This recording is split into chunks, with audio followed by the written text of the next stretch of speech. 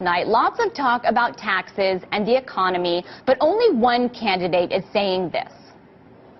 The fact that we are the issuer of the reserve currency of the world is a real temporary blessing for us because it's easy for us to export our money. That's unfortunately our greatest export, and they're still taking our money. Soon, though, they're going to quit, and this whole ball game is going to end, and we better get prepared for it. An important issue by any measure, at least by ours, for a country $15 trillion in debt. We ask, how can you understand the globe's economic problems without understanding issues of debt, fiat currency, the impact of Federal Reserve policies, sound money? That's what we don't get. And what path is the monetary system and the economy really on? You got to look at those things. So here to help us do that, founder of goldsilver.com and author of this book, Rich Dad's Advisors, Guide to Investing in Gold and Silver, Protect Your Financial Future. Michael Maloney is here with us. Thank you so much for being on the show. It's great to have you in studio. As I was telling you, your book really opened my eyes a decade ago to just reality, I guess. Oh, well, thanks for having me. Yeah, you know, one of the biggest problems we have is most people don't understand how the monetary system works and how debt-based currency robs all of us and transfers wealth to the banking sector. Well, we are really going to get into that. But first, I want to ask you this, because just playing that clip and watching the debate last night and following all of this, especially being in Washington, the conventional wisdom from Wall Street to wonks in Washington seems to be that Ron Paul's economic policies are loony, they're crazy. But my question to you, how can you look at the economy without talking about things like debt, fiat money, sound currency, all those issues he raises?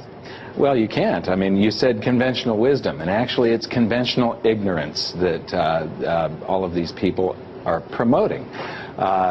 If you look at monetary history and you look at what has proven to work and what is proven not to work, a debt-based currency system eventually fails. Sound money always ends up winning. So it is, the status quo is conventional ignorance, and there's only one person out there that I see that actually really knows anything about it that's running for office, and that is Ron Paul. Well, that's what's so baffling to me, because being in Washington too, you have everybody from policymakers to wonks to bloggers to PhD students. I mean, everyone that is pro-Keynesian, they are pro-money printing. Maybe not, maybe they're critical, but they're not really looking at the Fed. As you just said, they have conventional ignorance when it comes to somebody like Ron Paul, which they dismiss as fringe. But your view and the things he talks about, ironically, whenever I talk to investors, people that are independently making money, have skin in the game, have been successful, and are really kind of doing it for real, they all talk about the things that you're talking about and that Ron Paul's talking about. Why do you think that is? Well, it's the only thing that works. You know, history proves that these things work, that sound money works. History proves that fiat currency eventually doesn't work. The system always implodes. It's a debt-based currency system where we're borrowing currency into existence and promising to pay it back plus interest. The dollars required to pay the interest don't exist yet. So we have to work in the future. We always have to go deeper in debt every year than we were the previous year as a society for the whole system to continue functioning. And when we save up and we pay down debt, we extinguish those dollars that we borrowed into existence. This is a credit-based monetary system. So if we have to stay ahead of it, or the whole thing starts to implode by going deeper in debt. That's the reason we're $15 trillion in debt now, and we were only, I can't remember what we were when Obama took office, 11 or 12 trillion dollars.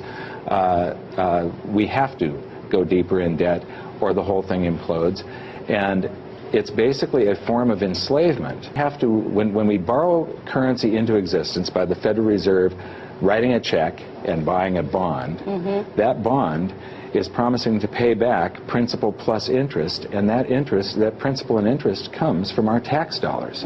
So we have to work in the future to pay taxes for the dollars that exist today, that we're spending today. Are you saying we're all becoming serfs? Yes. Okay. That's exactly what I'm saying. I know that in the short term we have these big economic booms because of this currency system where we borrow currency into existence and we go on a credit binge and there's a boom, it goes into a bubble, but then the bubble collapses. Under a hard money system you have slower growth, but it's continuous growth. I have a feeling that our level of prosperity today would be far, far higher under a hard money system that is fair than it is under this fiat currency system. But the fiat currency system, the people that are in power, if they have the power of currency creation, they get to direct the spending. So it limits our freedom. When you have a hard money currency system, the government can't do as much deficit spending. The government has to be smaller. If they borrow too much, they slow down the economy because they're borrowing currency out of the private sector. So what drives the economy is the people and the freedom to vote with your wallet, vote what you want to spend. So the economy gets skewed the way the free market wants it to go, the way that people want it to go. Well, that's an interesting point. So, okay, let's get into some of these things because you're talking about how money is created. And I want to break that down for our viewers because money isn't exactly printed. It's loaned into existence, and that ties into the debt problems that we have. Can you explain how it works a little bit? Well, there's basically two forms of debt-based currency. Base money, which is created by the Federal Reserve whenever they write a check and they buy something. And they usually end up buying, through open market operations, U.S. Treasury bonds. The population of the United States has to work in the future to pay off those U.S. Treasury bonds. We have to pay taxes in the future. So every time the Federal Reserve writes a check, it creates paper dollars, base money. But all those dollars are owed back plus interest on the bonds that it bought, the Treasury bonds. And then the other form of dollars that exist are the credit dollars that are created through fractional reserve lending. When you go and you buy a house or a car, you sign a loan document. When your pen hits that paper, those dollars are created and get credited to your account. They're just a book entry for the bank. But then you go and buy something with them and they go into circulation. And they stay in circulation until somebody saves them up and pays down debt. And that's a really key point, right? Because a lot of people think of expansion of money supply just in terms of base money, of, okay, the Fed's expanded its balance sheet, it's tripled it, base money is increased, and this is the money supply. But you're saying all that credit expands the money supply, too. That's where the vast majority of our currency supply comes from. And I don't call it a money supply. Okay. Money has to be a store of value over long periods of time. You probably call it a currency. It's a currency supply. Currency supply. Only gold and silver are money. Everything else is currency. It's our currency system, a fiat-based currency system, is designed to continually lose value because you have to expand the currency supply to be able to pay the interest that is due on the currency supply. You know, Ben Bernanke doesn't say that gold is money. Is he part of that conventional ignorance? Yes, he is part of the conventional ignorance. But the base money portion, the portion that the Federal Reserve has direct influence over, is only 6% of our currency supply. It's $3 trillion. The number of dollars that exist is a reflection of total credit, and that stands at 53 trillion. So only 3 trillion out of 53 trillion is the portion the government created. Everything else you and I create, the public creates, when we go out and we borrow to buy a car or a house, or we spend money on spend currency on a credit card. That currency is created by us when we sign that document. And you argue if we didn't have this fiat debt-based system, we probably would have better growth longer term. But it sounds like to unwind that might be really painful. Is there a realistic way to ever do it? It's going to be the biggest calamity in financial history, I believe. Is it coming? It's absolutely coming. You know, one of the things, when I was writing my book, I discovered that every 30 to 40 years, the world has a new monetary system, and nobody really has paid attention to this. A man-made system can't possibly last. Pressures build up here and there. There's misallocations of capital, and then the whole thing eventually implodes. We had the classical gold standard before World War I, the gold exchange standard between the wars, the Bretton Woods system from 1944 to 1971, and now we've had the dollar standard from 71 until today. It's 40 years old. It's the longest lived of these currency systems. There are tremendous imbalances that have been building up. The $15 trillion debt, all of our exportation of dollars around the planet. It's eventually doomed to suffer some sort of collapse or transition. And I believe this is going to happen in this decade. But since the dollar is the majority of the world's currency, if the dollar has a problem, every country on the planet has a problem, because more than half of all the dollars that exist outside the United States. More than half, which is why all of our international viewers should be paying very close attention, because this is not just a U.S. debate. The U.S. dollar is the global reserve currency. You have, you know, in the last decade, real estate went up, stocks went up, and commodities and precious metals went up. That's not really possible that everything went up. What's happening is everything is going up in price because the currency is losing purchasing power, but at the same time there are certain things that are going down in value.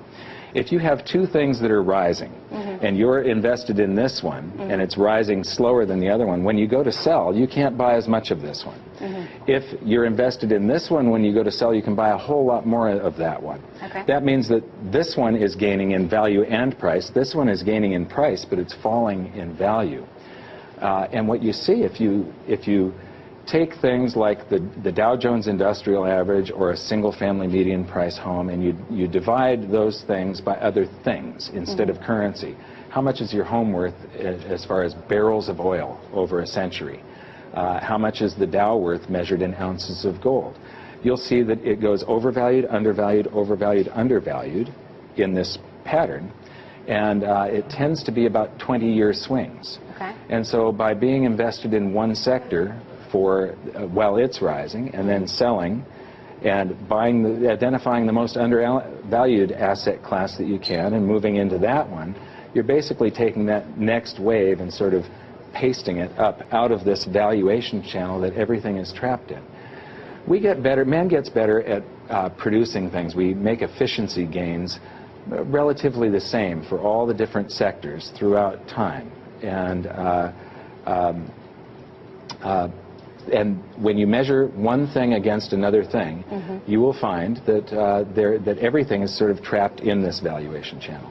This is a true road to wealth if you can understand that your home goes from overvalued to undervalued to overvalued to undervalued again, regardless of whether you think it. I mean, it doesn't go up. Nothing goes up. That is just the illusion that is created by the devaluation of the dollar. So we're almost out of time because we only have a minute left, but where is gold and silver? Because we don't often hear about silver as much in that wealth cycle. Well, right, they've been in their cycle now for the last 11 years or 10 years, and this should continue for another probably. It depends on whether we have a currency crisis or not, and I do believe we're going to have at least a crisis of confidence, if not a full-blown hyperinflation eventually. I think we're going into a deflationary dip first, and then potentially a hyperinflation. But gold and silver should continue their accounting of the currency supply. We expand the currency supply, gold and silver lays in wait, and then it does this accounting. People realize there's something wrong with the currency. They rush back toward real money, gold and silver, and they bid the value of the gold and silver up until it equals the value of the circulating medium. It did this in 1934. It did it in 1980. It's doing it again, but gold and silver have to hit highs north of $5,000 an ounce, probably $15,000 to $20,000 an ounce, for the gold of the Treasury to equal the circulating medium today. Which is a very long way to climb. Yes. I certainly appreciate you being on the show. It's interesting, too. You think we're headed to deflation, but then going to hit hyperinflation. Possibly hyperinflation, yeah. But I think a deflation is, you know, only 6% of the currency supply is under the direct control of the Fed. The other 94%, they only have influence over, and it requires our confidence, our feeling good, to go deeper into debt every year, borrow and spend, to keep the game going. And if we don't borrow and spend, then the whole thing starts going into a deflationary collapse. And that's where you think we're headed, it sounds like. Thank you so much. Yes, but gold and silver will still do the accounting, and it's better to be way too early than 1 second too late. There you have it. Good final words. We'll end on that, Mike Maloney.